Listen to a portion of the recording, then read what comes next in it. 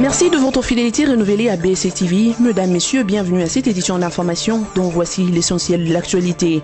Nombreuses réactions ont été soulevées à la suite de la décision de Félix Tshisekedi de rencontrer le chef de l'État. Pour Trifon Kike Mulumba, qui a salué cette décision, il n'y a aucun inconvénient si Félix Tshisekedi le rencontre. L'ancien ministre des Relations avec les parlements estime que le dialogue doit être permanent en démocratie et dans un pays de liberté. Mais il a cependant fustigé l'exclusion dont sont victimes certains cadres du rassemblement, à l'occurrence de Bruno Tshibala, qui fut d'après lui l'un de proches politiques et idéologiques du feu Etienne Tshisekedi. Et puis, dans la capitale congolaise, une difficulté de transport en commun a été constatée dans la matinée de ce mercredi dans différents coins de la ville. Pour certains, cette difficulté fait suite à la décision prise par Godard Montemona, ministre provincial de transport, qui a exigé l'achat de documents tels que la vignette, l'autorisation de transport, l'assurance, mais aussi le contrôle technique, numérotation ou papier taxi de la ville. Et enfin, en dehors de nos frontières, attaque en Syrie, le service de renseignement français incrimine Damas. D'après Paris, Damas est impliqué dans la mesure où il y aurait un procédé de fabrication du gaz sarin du régime de Damas. Le patron de la diplomatie française fait savoir que cette confirmation sur l'implication de Damas se justifie par le fait que l'enquête française avait conservé des prélèvements d'autres attaques où le gaz sarin a été utilisé par le régime. La décision de Félix Tshisekedi de rencontrer le chef de l'État suscite des réactions. Pour Trifon Kike Mulumba, il n'y a aucun inconvénient si Félix Tshisekedi rencontre le chef de l'État. Dans une interview accordée aux confrères du site actualité.cd, l'ancien ministre des Relations avec le Parlement a rappelé que le dialogue doit être permanent en démocratie et dans un pays de liberté. Il a donc salué cette décision en tant que membre du bureau politique de la majorité présidentielle. Trifon Kike Mulumba a cependant fustigé les exclusions dont sont victimes certains cadres du rassemblement, à l'occurrence Bruno Tshibala, qu'il qualifie d'un proche politique et idéologique du feu président Etienne Tshisekedi.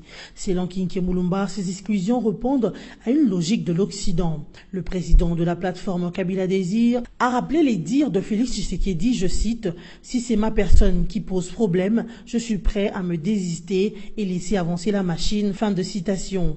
Par là, Trifon Kike Mulumba a rappelé le principe du respect de la parole.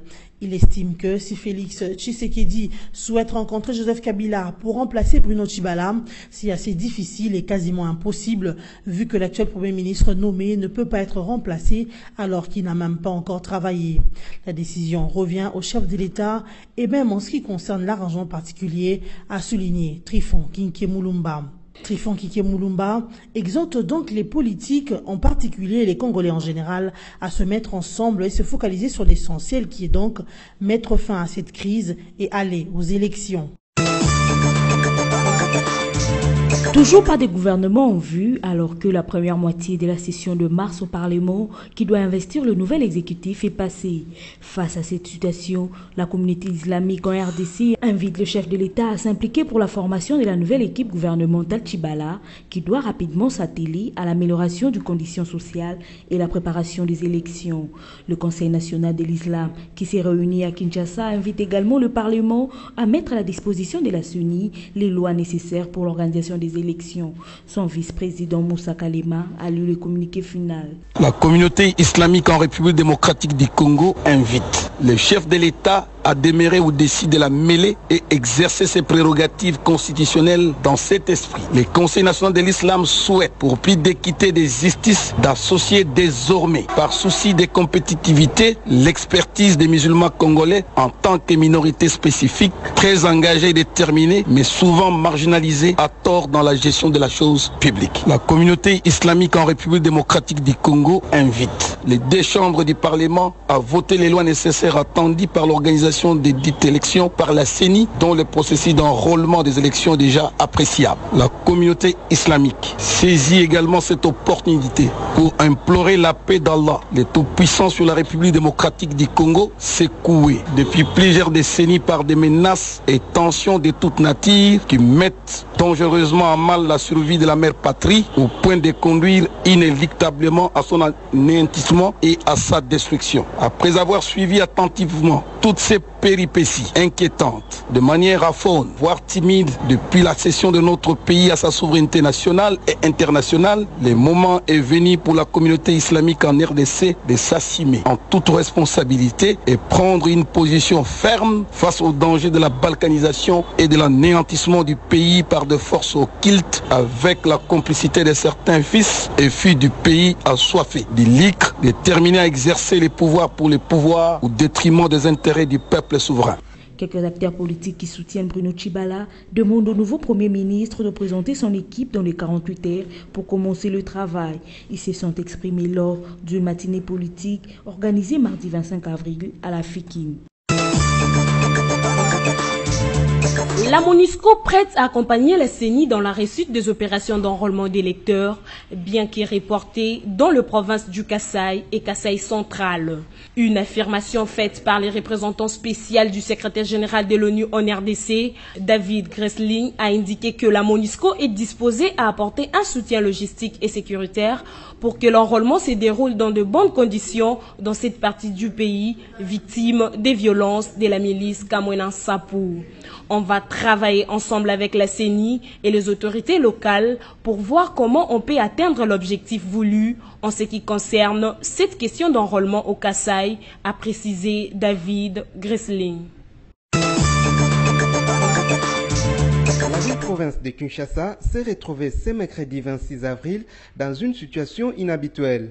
Les habitants de la capitale ont fait face aux difficultés des transports dues à la décision prise par le ministre provincial des Transports, Godard Motemona, de procéder au contrôle de l'achat des documents, notamment la vignette, l'autorisation des transports, l'assurance, les contrôles techniques, la numérotation et d'autres papiers des taxis de la ville. Cela a constitué un motif de regret et de tristesse pour les chauffeurs de la ville, province de Kinshasa, qui se sont dit incommodés par cette situation. Bon, cette situation est causée par le gouverneur de la ville concernant le ministre du Transport, Godard Motemona. Télé 24, Azul Baming na chaîne Nouana, concernant l'autorisation de transport, expertise, papier na bango babimisi, il y a taxi, ceux qui n'y en a, hôtel de ville, 30 $, ceux qui $20. Na Sonas, ok, Sonas c'est ça pour na bango te. Bango bazana autorisation de transport, papier na bango na expertise. Bon, siko banzele za mabe. Ayepe ko lancer kaka makambo kaka 2 semaines, bosoma mikanda wana siko to sala nini. Il est important de noter que cette mesure de l'autorité urbaine a été mise en exécution hier mardi 25 avril. C'est ainsi que la plupart des chauffeurs n'ont pas osé circuler avec leurs véhicules, car estimant que la décision a été brusque et que les documents coûtent cher. Transport, ce qui se passe, cause de l'ibosé sali, pour tout l'andi gouverneur, à lobby, il faut qu'il y ait des documents au bord du véhicule. La force reste à la loi. Gouverneur a tiré certains temps que les chauffeurs sont préparés pour tous les documents. Tu as constaté que les documents sont l'État est respecté en côté. Les documents sont l'autorisation du transport, le contrôle technique, la vignette, l'assurance. Ils ont mal pour protéger Bissomoko. Surtout la route principale où est un privilège pour babongser la Bissomoko. Cependant, les chauffeurs de taxi font appel au gouvernement provincial pour revoir cette décision ou en assouplir la mise en application. L'attaque chimique en Syrie, le service des renseignements français incrimine Damas. Le chef de la diplomatie française, Jean-Marc Ayrault, a mis en cause mercredi 26 avril la responsabilité du régime de Bachar al-Assad dans l'attaque chimique au gaz sarin menée contre la ville de Khan Sheikhoun en Syrie le 4 avril dernier. D'après Paris, Damas est impliqué dans la mesure où il y aurait un procédé de fabrication du gaz sarin par le régime de Damas. Et ce gaz a été utilisé dans l'attaque du 4 avril, selon les résultats de l'enquête française, a déclaré Jean-Marc Ayrault, ministre des Affaires étrangères française. Cette attaque qui a fait plus de 80 morts, dont de nombreux enfants, a suscité une vague d'indignation et d'émotion au niveau international et a conduit les États-Unis à riposter 3 jours plus tard en bombardant une base aérienne syrienne. Le patron de la diplomatie française a aussi ajouté que cette confirmation par son pays de l'implication de Damas se justifie par le fait que l'enquête française a conservé des prélèvements d'autres attaques où le gaz sarin a été utilisé par le régime de Damas. Il s'agit notamment de l'attaque intervenue à Sarakeb le 29 avril 2013 en Syrie. Pour rappel, le président syrien Bachar al-Assad avait démenti mi-avril toute implication de son armée dans l'attaque de Khan Shoukoun le 4 avril dernier, avant d'accuser les pays occidentaux d'avoir monté toute cette histoire et d'ajouter que son pays ne possédait pas d'armes chimiques. Arrivé à Kinshasa le mardi 25 avril 2017 avec une délégation d'une trentaine de personnes, dont 19 joueurs, la formation SM Sangabalende s'opposera ce jeudi 27 avril au FC Renaissance du Congo dans le cadre de la 4e journée du play-off du championnat national de football de la RDC. Pour l'entraîneur de SM Sangabalende, Gwewa Ikwam Fils, une victoire face aux Oranges de la capitale est possible. Le technicien de ce club a également invité les supporters de Sangabalende à faire le déplacement du stade pour soutenir leur club qui a mal négocié le départ de cette phase de play-off. Sangabalende compte un seul point en 3 sorties alors que son adversaire, le FC Renaissance, en a 6 ex-aequo avec l'ASE Club de Kinshasa. Mais cette compétition est dominée par le 2MP qui a 8 points en 4 matchs. En outre, la Confédération africaine de football CAF a invité le joueur congolais Trésor Poutou et égyptien Wael Goma à diriger les tirages au sort de compétition interclub prévus mercredi 26 avril au Caire, capitale égyptienne. Les 2 joueurs aideront le secrétaire général par intérim de la CAF et Sam Ahmed au cours de cette cérémonie. L'attaquant du tout-puissant Mazembe a déjà quitté le pays, accompagné du manager du club le choix, Frédéric Kitengui. Pour rappel, Trésor Poutou avait été l'un des piliers de Mazembe au milieu des années 2000, avec lequel il a remporté la Ligue de champions de la CAF en 2009 et la Supercoupe la même année. Après un bref parcours avec Kabuskop d'Opalancas de l'Angola, il a rejoint le Corbeau de Lubumbashi à la fin de l'année 2016. En Ligue de champions, la RDC est représentée par le Veu Club, tandis qu'en Coupe de la Confédération par Mazembe. Mesdames, Messieurs, place au rappel de titre. Nombreuses réactions ont été soulevées à la suite de la décision de Félix Tshisekedi de rencontrer le chef de l'État. Pour Trifon Kikemulumba, qui a salué cette décision, il n'y a aucun inconvénient si Félix Tshisekedi le rencontre. L'ancien ministre des Relations avec les parlements estime que le dialogue doit être permanent en démocratie et dans un pays de liberté. Mais il a cependant fustigé l'exclusion dont sont victimes certains cadres du rassemblement, à l'occurrence de Bruno Tshibala, qui fut, d'après lui, l'un des proches politiques et idéologiques du feu Etienne Tshisekedi. Et puis, dans la capitale congolaise, une difficulté de transport en commun a été constatée dans la matinée de ce mercredi dans différents coins de la ville. Pour certains, cette difficulté fait suite à la décision prise par Godard Montemona, ministre provincial de transport, qui a exigé l'achat de documents tels que la vignette, l'autorisation de transport, l'assurance, mais aussi le contrôle technique, numérotation ou papier taxi de la ville. Et enfin, en dehors de nos frontières, attaque en Syrie, le service de renseignement français incrimine Damas. D'après Paris,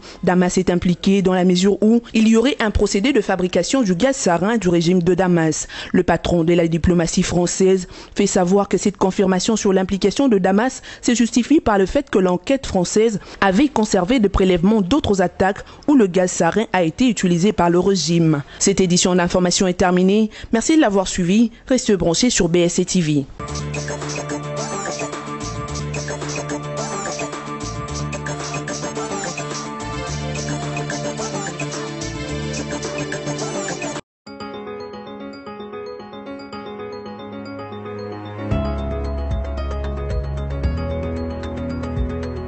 Bienvenue à cette revue de presse de journaux parus en ligne ce mercredi 26 avril 2017, sélectionné et résumé pour vous sur BSC TV. Ouvrons cette revue de presse avec La Prospérité Online qui titre à sa une « Difficulté d'enrôlement des électeurs. Grand Kasaï, Clément Kankou invite Nanga à ne pas jeter l'éponge ». Très préoccupé par la situation qui prévaut depuis plusieurs mois dans l'espace Grand Kasaï, Clément Kankou Bukasa Wachibwabwa, dans sa casquette de député national élu de la circonscription électorale des Dibaya au Kasaï central et ministre sortant de la coopération au développement, a lancé une fois de plus un message de la paix dans ce coin du pays. C'était hier mardi 25 avril au cours d'un point de presse tenu en son cabinet de son travail à la Gombe.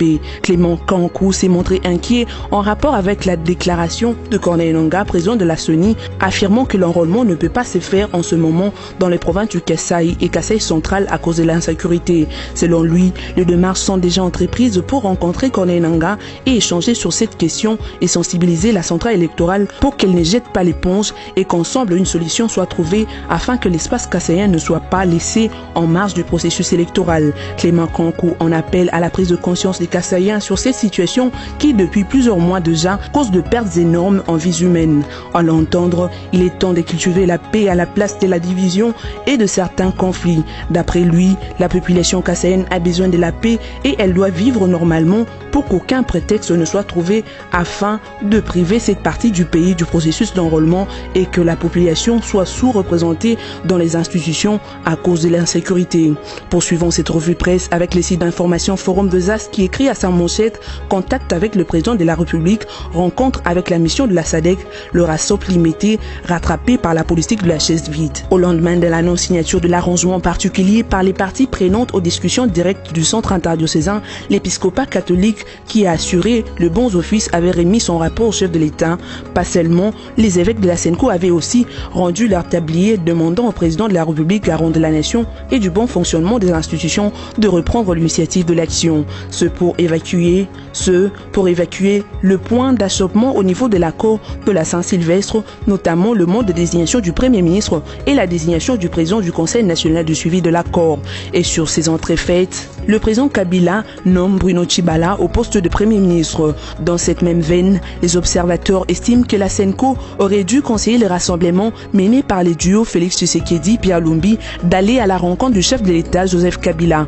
Or, même la Senko a attendu la nomination de Bruno Tshibala pour faire une déclaration pour le moins controversée. La SADC arrive, même scénario. Conduite par les ministres tanzaniens des Affaires étrangères, elle devrait recevoir le 2L du rassemblement jeudi 20 avril. Le camp de Félix Tshisekedi a refusé d'être reçu au même moment que celui de Lirankoy. C'est une insulte, fera savoir un membre du rassemblement dirigé par Félix Tshisekedi. Contrairement à l'épiscopat catholique, le père spirituel protestant, kimbanguiste, salutiste, église de réveil, exhorte les acteurs politiques et sociaux, toutes tendances confondues, au dépassement de soi et à se mettre autour de Bruno Tshibala Nzenze, Premier ministre et chef du gouvernement, afin de former le gouvernement d'union nationale devant rapidement amener le peuple congolais aux élections libres, apaisées et transparentes. Bouclons cette revue de presse avec ce titre de radiocapi.net qui rapporte RDC, Moïse Katumbi appelle à la finalisation des discussions politiques. L'opposant Moïse Katumbi appelle les signataires de l'accord du 31 décembre à reprendre et à finaliser les discussions politiques sur la mise en œuvre de cet accord,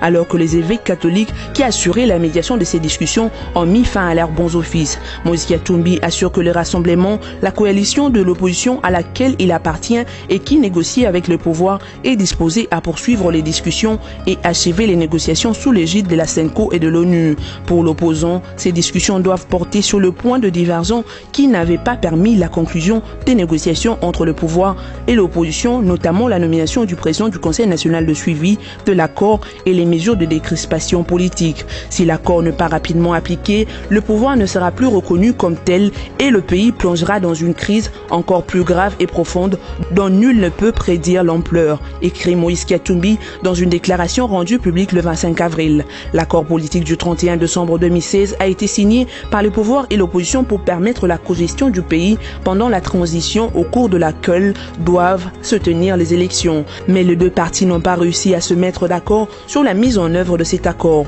Après cet échec, les présidents ont nommé un Premier ministre Bruno Tshibala, ancien de l'UDPS, qui est contesté par une partie de l'opposition. C'est la fin de cette revue de presse. Merci à vous de l'avoir suivi.